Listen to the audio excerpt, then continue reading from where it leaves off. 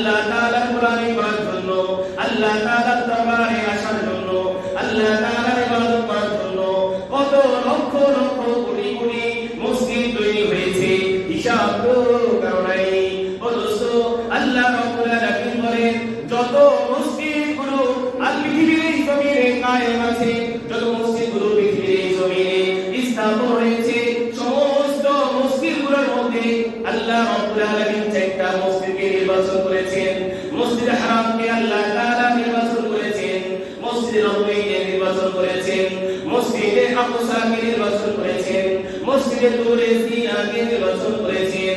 এই চারটা মসজিদকে সমস্ত মসজিদগুলোর মধ্যে থেকে নির্বাচন করে আল্লাহ রাব্বুল আলামিন একটা মসজিদকে আল্লাহ তাআলা শ্রেষ্ঠ বানাইছেন। আল্লাহ রাব্বুল আলামিন সূরা আলে ইমরানের মধ্যে বলতেছেন, ইন্না আউয়ালা বাইতিন বুনিয়া লিন-নাস লাল্লাযী বিবাক্কাতা মুবারাকান ওয়া হুদাল লিল আলামিন। আল্লাহু আকবার। সমস্ত মসজিদগুলোর মধ্যে চারটাকে আল্লাহ তাআলা নির্বাচন করেছেন।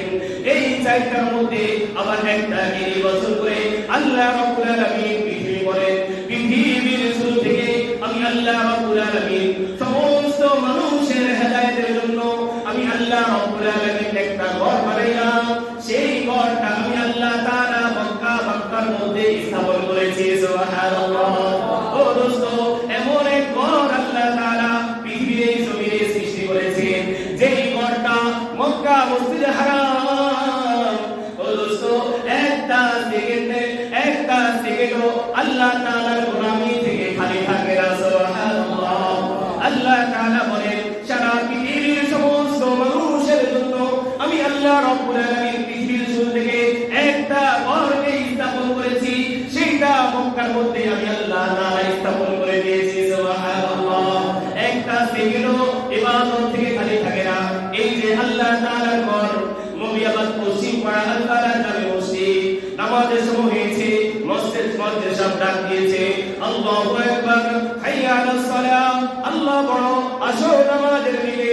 আমি আপনি পাঁচবার আল্লাহ তাআলা করে আসি, এর বাইরে আবার কি হয়ে যায়, এই মসজিদ তালাবদ্ধ হয়ে যায়, আবার যখন সময় আবার আসি, আবার চলে যাই।